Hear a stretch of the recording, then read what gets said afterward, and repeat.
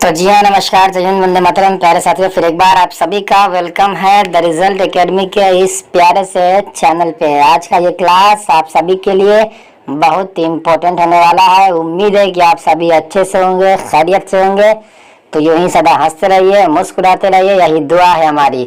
आज लेकर आ चुके हम क्लास 12 केमिस्ट्री का 28 VBI ऑब्जेक्टिव, जहां से हमेशा क्वेश्चंस आपके एग्जाम्स में आते रहते। तो अगर अभी तक आप लोगों ने चैनल को शेयर नहीं किया है तो अपने हर साथियों को शेयर कर दीजिए।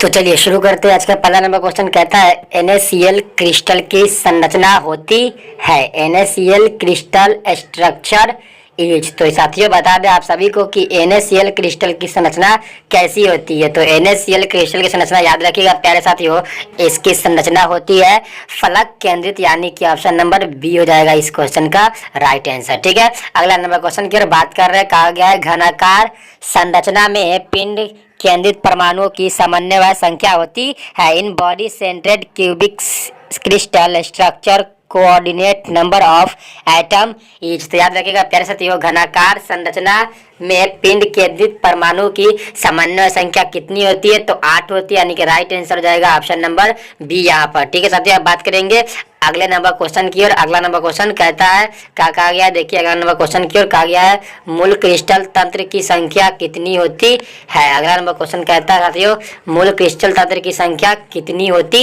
है। तो याद रखिए प्यारे साथियों, मूल क्रिस्टल तंत्र की संख्या कितनी आती है, यानी कि 7 होती है, यानी कि ऑप्शन नंबर बी हो जाएगा यहाँ पे राइट आंसर। ठीक है, चलिए अब आगे की ओर बात कर रहे हैं। अगला कहा गया है, भौतिक अधिशोषण की दर किसके द्वारा बढ़ता है। Which of the following increases the rate of physical adsorption. तो याद रखिएगा प्यारे साथियों, भौतिक अवशोषण की दर किसके द्वारा बढ़ता है। तो भौतिक अवशोषण की दर ताप बढ़ने घटने से बढ़ जाता है, यानी कि right answer option number A हो जाएगा यहाँ पे। ठीक है, अगला नंबर क्वेश्चन की ओर बात कर रहे हैं। कहा गया वेग स्थिरांक के का मान निर्भर करता है। The value of velocity constant of reaction depends on.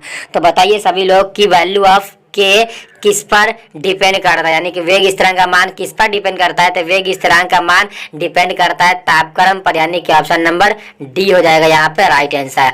अगला नंबर क्वेश्चन की ओर बढ़ रहा है। अगला नंबर क्वेश्चन कहा गया है, लोहा एक डैश। लोहा क्या है? Iron is a. लोहा अनुचुंबकीय पदार्थ है, प्रतिचुंबकीय पदार्थ है, फेरो चुंबकीय पदार्थ है या फिर फेरी चुंबकीय पदार्थ है। तो याद रखिए साथियों, लोहा जो है एक फेरो चुंबकीय पदार्थ है, यानी कि ऑप्शन नंबर सी हो जाएगा आपका राइट आंसर। अब आगे देखिए क्वेश्चन नंबर 7 कहा गया है, आर्हेनियस का समीकरण है। आर्हेनियस का समीकरण में से कौन है बताइएगा सभी लोग। आर्हेनियस इक्वेशन, तो आर्हेनियस का राइट इक्वेशन के बराबर A into E minus A upon R T, यानी कि ऑप्शन नंबर ए हो जाएगा राइट आंसर आरएनएस इक्वेशन पे। ठीक है साथियों, अब अगला नंबर क्वेश्चन की ओर बढ़ेंगे। कहा गया निम्नलिखित में कौन कोलिगेटिव प्रॉपर्टी नहीं है। Which of the following is not a colligative property. तो बताइएगा इनमें से कौन कोलिगेटिव प्रॉपर्टी नहीं है। क्वथनांक में उन्नयन, प्रासरण दाब, हिमांक में अवनमन या फिर वाष्प दाब। तो इस क्वेश्चन का राइट आंसर हो जाएगा ऑप्शन नंबर ए, यानी कि वाष्प दाब ये एक कोलिगेटिव गुण नहीं है। अब अगला नंबर क्वेश्चन की ओर बात करेंगे। कहा गया है विद्युत अपघटन का उपयोग होता है। Electrolysis is used in. विद्युत अपघटन का उपयोग किसमें करते हैं? विद्युत शोधन में, विद्युत लेपन में या फिर दोनों में या फिर इनमें से कहीं भी नहीं। साथ ही विद्युत अपघटन का उपयोग विद्युत शोधन और लेपन दोनों जगह किया जाता है, यानी कि right answer option number C हो जाएगा इस क्वेश्चन का। अब आगे की ओर बात करेंगे। अगला नंबर क्वेश्चन, जल में साबुन के कोलाइडी कण होते हैं। Colloidal particles of soap in water. तो जल में साबुन की कोलाइडी कण कैसे होते हैं? तो ये होते साथियों ऋणावेशित, यानी कि ऑप्शन नंबर ए हो जाएगा इस क्वेश्चन का राइट आंसर। आगे कहा गया है दूध है। दूध है तो दूध क्या है? जल तेल में वसा का डिस्पर्सन, जल में वसाओं का डिस्पर्सन या फिर अगला है वसाओं में जल का डिस्पर्सन या फिर तेल में जल का डिस्पर्सन। तो दूध क्या है? तो दूध हो जाएगा आपका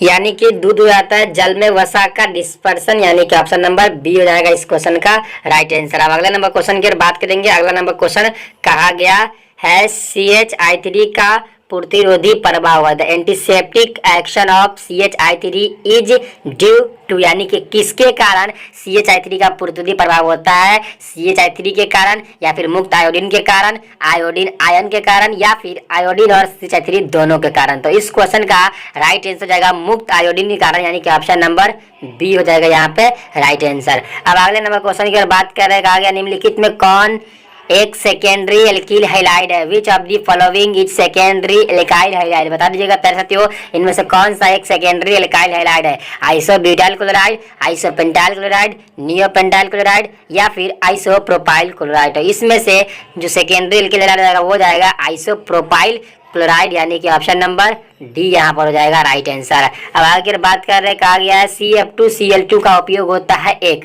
CF2Cl2 is used as A/N, किसके रूप में ये करते हैं? प्रतिरोधी के रूप में, कीटनाशी के रूप में, पीड़ाहारी के रूप में, या फिर प्रशीतक के रूप में। तो CF2Cl2 का उपयोग किस रूप में करते हैं साथियों? तो इसका उपयोग करते हैं हम लोग रेफ्रिजरेंट, यानी कि प्रशीतक के रूप में। तो राइट आंसर हो जाएगा ऑप्शन नंबर डी यहाँ पर राइट है। ठीक है, अब आगे नंबर क्वेश्चन के बढ़ रहे, कहा गया है एल्काइल हैलाइड को एल्कोहल में बदला जाता है।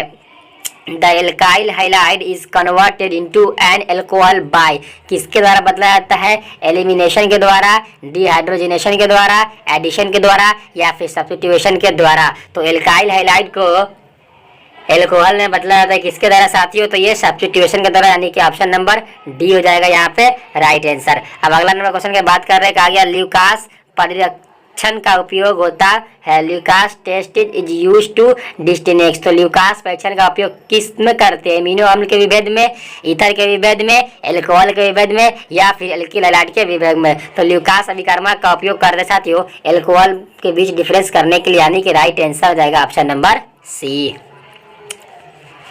अब अगला कहा गया है फेलिंग परीक्षण किसके लिए धनात्मक होगा? Fehling test is positive for acetaldehyde, acetone, ether, या फिर एमाइन। तो फेलिंग परीक्षण बताइए सकते किसके लिए धनात्मक होता है? तो ये परीक्षण धनात्मक होगा एसिटल्डिहाइड के लिए, यानी कि right answer option number A हो जाएगा यहाँ पर आप सभी का।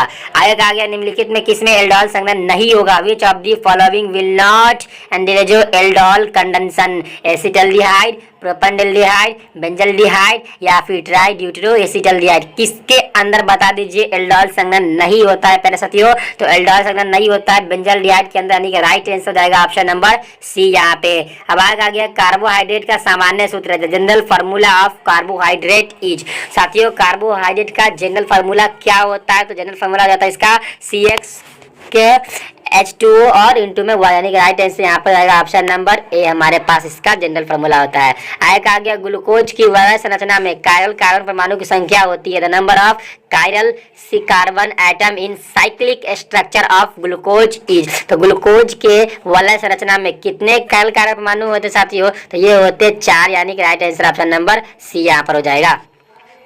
आगे किस ग्रुप के तत्वों को संक्रमण तत्व कहा जाता है? Which block of element are known as transition elements? P block, S block, D block, या फिर एफ ब्लॉक? साथियों इस क्वेश्चन का राइट आंसर हो जाएगा आपका जो होता है डी ब्लॉक के तत्वों को कहते हैं हम लोग संक्रमण तत्व, यानी कि ऑप्शन नंबर सी हो जाएगा।